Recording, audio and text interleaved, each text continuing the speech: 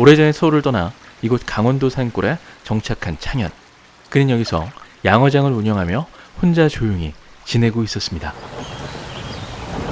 그러던 어느 날 이곳에 서울 손님들이 찾아오는데 창현의 고교 동창인 민수와 병관이 가족들을 데리고 휴가차 놀러 온 거죠.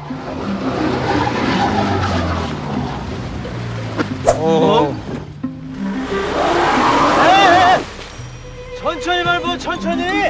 일행은 양어장으로 가는 도중에 자동차 바퀴가 진흙에 빠지는 난감한 상황에 처하는데요. 아유, 이거 밑에다 뭘 좀 받쳐야 되겠는데? 아 뭐해? 빨리 내려. 민수와 병관 내외가 사태 수습을 하는 사이에 나몰라 하고 본인의 급한 일부터 처리하는 사람이 있는데 그녀는 바로 민수의 아내인 정화의 동생 세화죠. 그러니까 이렇게 총 5명이 창현의 집에 놀러가던 길이었습니다. 일행은 시골 소년 태주의 도움을 받아 진흙에서 차를 빼냅니다. 수고했어. 야, 시골 총각이라서 그런지 진짜 힘세다. 태주는 창현의 양어장 근처에서 혼자 개를 키우며 살고 있는데 바로 이 녀석도 그가 키우는 친구죠. 이때 이를 보고 돌아온 세화와 태주가 처음 마주칩니다. 태주는 세화를 보자마자 눈을 떼지 못하고 세화는 그 시선이 조금 불편한지 모른 척 자리를 떠나죠. 그리고 몇 시간 뒤 이게 무슨 곡인데 이렇게 입안에서 살살 녹아요? 네, 송어요. 일행은 창현의 집에 도착해 점심으로 송어회를 푸짐하게 먹고 도시에서 느낄 수 없는 자연의 정취에 흠뻑 빠졌습니다. 야, 이렇게 자연에서 먹으니까 제맛이 나네요. 야, 니네들이 잘 먹으니까 기분 너무 좋다, 야. 식사를 마친 뒤 세화는 태주가 기르는 개들을 구경하러 왔습니다. 창현과 종아도 따라왔는데 이들 사이에 사뭇 어색한 기류가 흐르죠. 야, 여기 네 마누라 사진도 있다. 대학교 때 둘이 연극했잖아. 아, 그렇지? 알고 보니 창현과 종아는 같은 대학에서 함께 연극을 했고 실은 깊게 사귀기도 했던 옛 연인 사이. 창현의 서랍에서 정화의 사진을 발견한 민수는 문득 오늘 오전 자신이 창현에게 했던 말을 곱씹었습니다. 야, 임마. 너 임마 어떻게 병관이한테만 연락하고 사냐? 그제야 민수는 창현이 줄곧 자신한테만 연락하지 않은 이유를 짐작했죠. 먹고 놀다 보니 시간은 어느새 늦은 오후. 창현은 친구들에게 송어 양식장을 구경시켜주며 송어의 특징을 설명해 주는데요. 모르는 사람이 자주 지나가거나 진동 소리가 있으면 자살해버려요. 이게 아마 좁은데 너무 많이 들어가 있으니까 약간의 스트레스도 못 견디는 거 아닐까? 이들은 송어를 한참 구경하고 기념사진도 남겼습니다. 그리고 바로 저녁을 먹기 시작했는데 맛이 없니? 아니요, 그게 아니고 낮에 너무 많이 먹었더니. 민수는 벌써 송어에 질린 듯 병건이가 가져온 갈비를 찾았고 다른 사람들도 처음 먹었을 때만큼 회를 즐기지 못했죠. 식사 후 세 친구는 따로 술 한잔을 기울이며 무려 4년 만에 회포를 풀었습니다. 창현이 너 양어장은 할만한 거야? 서울 생각 전혀 안 해? 그냥 그렇지 뭐. 민수는 창현이 시골에서 혼자 사는 게 안쓰러운지 야, 너 언제까지 이러고 혼자 살 거야? 이렇게 재차 물었지만 사실 그의 속마음은 세월 지나면 포기할 건 포기해야지. 창현을 견제하고 시기했죠. 이제 하루 지났는데 벌써 따분한 게. 올라가고 싶은데. 어제만 해도 맛이 기가 막혔는데. 사람 일 참 모를 일이다. 시골에 머문 지 불과 하루 만에 도시의 익숙함이 그리워진 사람들은 이튿날 각자의 방식대로 시간을 때웠습니다. 병간의 아내인 영숙은 양어장 주변을 산책했고 세화는 또 급한 일을 처리했죠. 정화는 창현과 함께 양어장에 있었습니다. 그리고 뭐해? 빨리 더 밟고 더!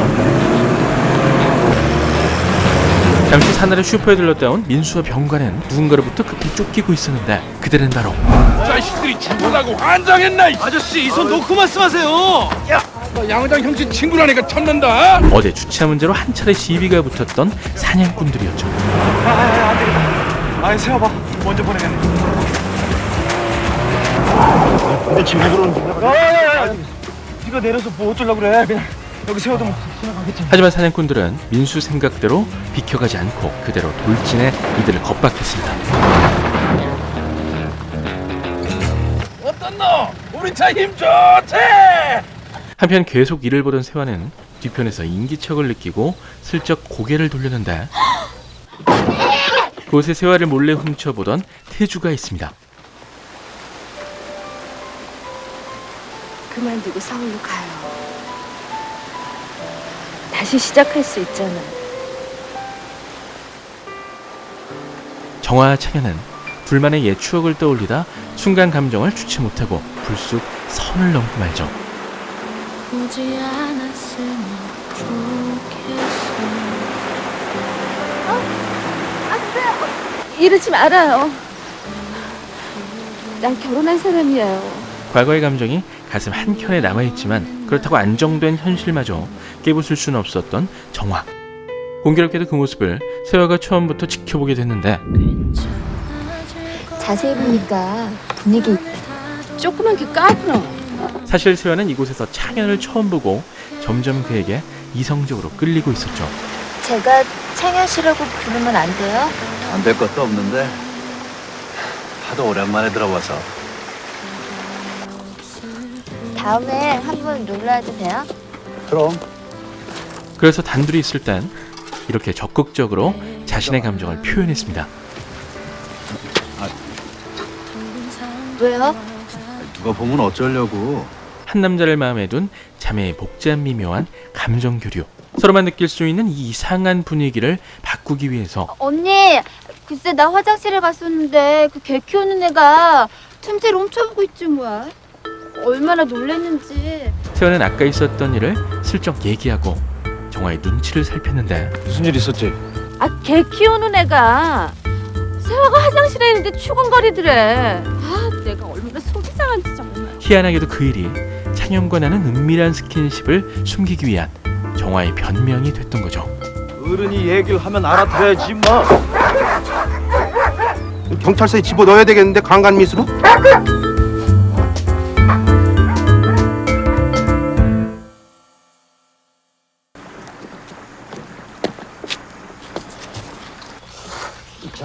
이튿날 저녁에도 계속된 송호와의 무한 리필. 이젠 누구 하나 손뜻 회에 젓가락이 가지 않는 지경인데 너한테 미안한데 근데 보기만 해도 속이 미식거린다. 미안하다. 대접할 게 이것밖에 없었어. 저 우리 그냥 라면 먹을게요. 어제부터 있었던 이런저런 일들로 불과 하루 만에 불편해져 버린 휴가. 친구들은 서서히 탈출각을 잡는데요. 장현아, 우리 이거 먹고 출발할까 하는데 괜히 너한테 회 만드는 것 같아서 말이야. 주변도 어수선하고 양어장 일도 만만치 않을 텐데. 그래요. 괜히 바쁘신데 붙잡을 만한 대접도 할 게 없다만 밤에 산길 가는 게 위험할 텐데. 형부 기왕 온 거니까 내일 떠나요. 그래? 그러지 뭐. 뜬금없이 세화가 창현 편을 들면서 어쩔 수 없이 하룻밤을 더 머물게 됐죠. 그런데 그날 밤 야 창현아 병건아. 어제부터 줄곧 민수와 병관을 괴롭히던 사냥꾼들이 또다시 나타나 에이, 왜 이리 와갖고 한 잔씩들 마시? 에? 왜안 나와? 다짜고짜 노루피를 먹으라고 강권하죠. 세상 불편하고 불쾌하기 짝이 없는 상황의 연속. 거친 맛의 사냥꾼들한테 잔뜩 쫄아서 일단 끌려 나왔는데 한잔 마셔. 더 당황스러운 건 왜? 뭐가 어때서? 회 질렸다며? 이 상황을 중재하지 않는 창현의 태도죠. 금방이라도 무슨 일이 벌어질 것 같은 일촉즉발의 상황. 과연 도시에서 온 친구들은 이곳을 무사히 빠져나갈 수 있을까요?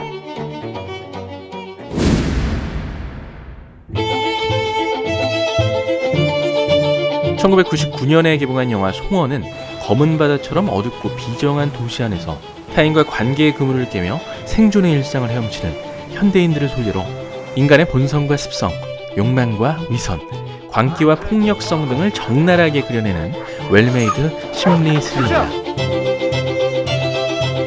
영화는 도시인으로 설정된 5명의 등장인물이 서울을 떠나 강원도 산골로 휴가를 가면서 시작합니다. 등장인물들의 이동에 따라 도시에서 자연으로, 일상에서 비일상으로 바뀌는 영화의 배경은 각 인물의 행동 변화를 관찰하고 그 기저의 본 모습을 들춰내기 위한 것으로 궁극적으로는 영화의 주제의식을 표현하기 위한 사전 설정이죠. 일상의 공간인 도시에서 현대인들은 자신의 위치 혹은 대상에 따라 병검처럼 얼굴을 수시로 바꾸며 살아가는데요. 그 이유는 되도록이면 민낯을 감춰야 세상이 정한 기준치의 사회성을 획득하고 관계의 그물 밖으로 이탈되지 않기 때문이죠. 영화의 질문은 바로 여기서 출발합니다. 만약 환경이 자연 상태에 이른다면 인간은 도시의 가면을 벗어던지고 자연 그대로의 본 모습을 드러낼 것인가? 그렇다면 그것은 과연 어떤 모습일까? 답을 찾기 위해선 각 인물이 어떤 사람인지를 먼저 파악해야 하는데 바로 이 시퀀스가 이들의 개성을 넌지시 보여주죠. 이 길이 아닌 모양인데. 양어장으로 가던 길에 발생했던 사고. 천천히 밟어, 천천히. 이거 밑에다 뭘 좀 받쳐야 되겠는데? 이 짧은 장면에서 세 인물의 성격이 은근히 드러나죠. 야, 잠깐만. 내가 잘 좀 봐봐. 민수가 차에서 먼저 내려 상황을 살폈지만 그는 문제 해결에 소극적입니다. 다시. 저거 주인이요? 예? 아니요. 갑작스러운 상황이 어쩔 줄 몰래 하는 유형으로 그의 이런 성격은 다른 장면에서도 여실히 드러나죠. 반면 그의 아내인 정화는 순발력이 뛰어나고 문제 해결에 적극적입니다. 이 장면에서 직접 돌을 찾아 바치는 사람도 민수가 아닌 정화죠. 이때 뒤로 지나가는 세화는 사고 자체에 관심이 없습니다. 그녀의 관심은 오로지 화장실이 어디예요? 용무가 급한 특수 상황이니까 사고 자체에 관심을 둘 여유가 없다고 생각할 수 있지만 영화를 끝까지 다 본다면 세화의 이런 행동이 분명 그녀의 성격에서 나온다는 걸 알 수 있죠. 저 창현 씨 마음 좀 알 것 같아요. 세화는 영화 속 등장인물 중 자신의 생각과 감정에 가장 솔직한 인물입니다. 도대체 차 안에서 몇 시간째야? 어른들을 따라 반강제로 놀러온 아이의 포지션으로 영화에 등장하기 때문에 상대적으로 말과 행동이 순수하고 거침없죠. 그녀가 유독 화장실을 자주 가는 것도 이런 유아적인 성격을 표현하기 위한 하나의 캐릭터 설정이 아닐까 싶습니다. 야, 시골 총각이라서 그런지 진짜 힘세다. 순수 같은 병관의 아내 영숙과 이거 받아. 딱이야. 돈을 최고의 가치로 삼는 병관의 캐릭터 설정도 이 시퀀스에서 살짝 엿볼 수 있죠.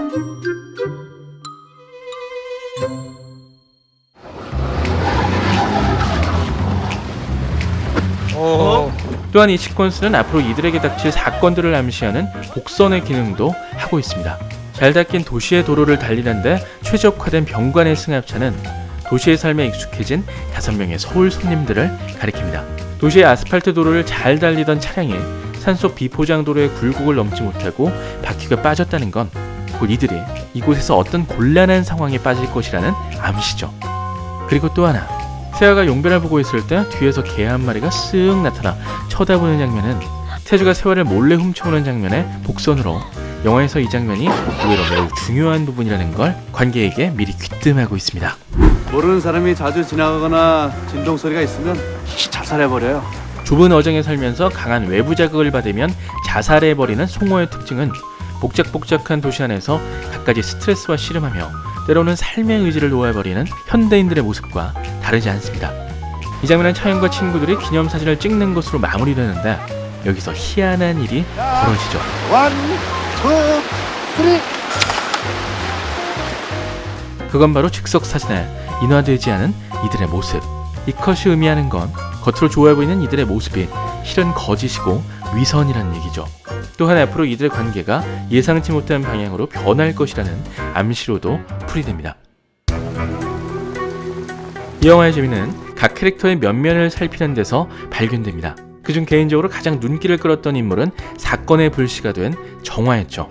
정화는 민수와 결혼하기 하루 전까지 창현과 뜨밤을 보낼 정도로 그를 사랑했지만 결국 현실을 택한 인물입니다. 그때 그녀의 최우선 가치는 불안한 사랑보단 현실의 안정이었기 때문이죠. 그래서 정화는 창현의 양어장으로 휴가를 떠나는 시점부터 감정이 복잡한 상태였습니다. 처음엔 옛 감정을 지우고 친구의 아내로 다가가려 했지만 이렇게 단둘이 있는 상황이 연출되자 스스로 도덕성을 무너뜨리고 감정과 본능에 몸을 맡기죠. 정화는 뒤늦게 정신줄을 붙잡고 그날처럼 창현을 저버렸지만 잠시 일탈했다는 죄책감마저 지원할 순 없었고. 무슨 일 있었지? 개 키우는 애가 세화가 화장실에 있는데 추궁거리더래. 그녀의 순발력이 그 죄책감을 감추면서 예상치 못한 비극이 시작된 거죠. 갈비 나무가 없나? 지금 회 또 뜨고 있는데. 맛이 없니? 아니요, 그게 아니고 낮에 너무 많이 먹었더니. 종합뿐만 아니라 다른 인물들의 캐릭터 설정도 재밌는 구석이 많습니다. 저 못지않게 위선적인 인물로 등장하는 민수는 겉으로는 창현을 걱정하는 척하면서 속으로는 그를 시기하고, 거친 엽사들 앞에서는 찍소리도 못하고 당하다가 그 분노를 태주에게 과시적으로 표출하면서 정화가 만든 사건의 불씨에 기름을 들이붓죠.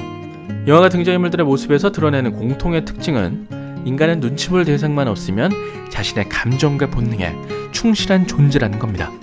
커피야 설탕 프림을 다 처음 마셔야지 마시지. 병관이 아내 영숙 몰래 다방 레지를 불러 몸을 만지고, 영숙이 병관 몰래 엽사와 놀아나는 것도 서로가 상대의 시선이 닿지 않는 곳에 있어 가능한 일이죠. 영화 송어는 우리들의 일그러진 영웅, 영원한 제국종을 만든 박정원 감독이 연출하고 정사, 스캔들의 각본을 쓰고 음란서생, 방자전 등을 연출한 김대호 감독이 시나리오를 쓴 작품입니다. 당시에는 대중적이지 않은 소재를 다루고 있어 제작에 어려움이 많았던 작품이기에 작은 규모의 영화에서 노출되는 기술적 흠결이 있지만 박정원 감독의 노련한 연출과 좋은 배우들의 연기가 단점들을 잘 가려주죠. 지금은 대배우가 된 설경구 배우님의 데뷔 초 모습과 여전히 많은 관객들의 추억 속에 살고 있는 고 이은주 배우님의 풋풋한 신인 시절을 함께 볼 수 있다는 것도 이 영화만이 가진 매력이 아닐까 싶습니다. 앞서 소개한 줄거리는 스포일러를 제외한 초중반부까지의 내용입니다. 중반부부터 본격적으로 펼쳐지는 영화의 주요 사건과 그로 인한 긴장감을 본편 감상을 통해 꼭 확인하시길 바라겠습니다. 죽기 전에 봐야 할 인생 영화 리드무비 클래식, 오늘 소개해드린 영화는 송어였습니다. 지금까지 리드무비였습니다.